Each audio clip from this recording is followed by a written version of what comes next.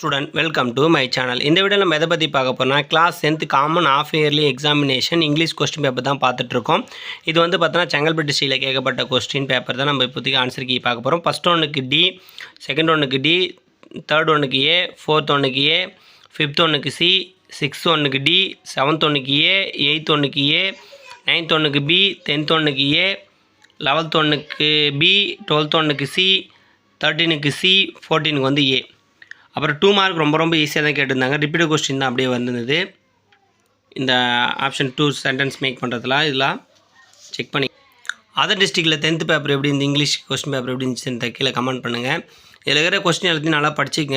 ஏன்னா இதுலேருந்து எப்படி ஒரு 20% இல்லை 30% பப்ளிக் வர வாய்ப்பு இருக்குது. ஸோ இதில் இருக்கிற எல்லா கொஸ்டின் வந்து அளவு படித்து வச்சுங்க ஸ்டூடெண்ட்.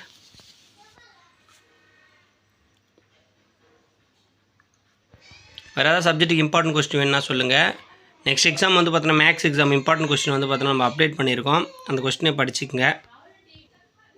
இதுக்கு ஃபுல் ஆன்சர் கீ வேணுன்னா சொல்லுங்கள், நம்ம வந்து எழுதி நம்ம வீடியோ அப்லோட் பண்ணலாம்.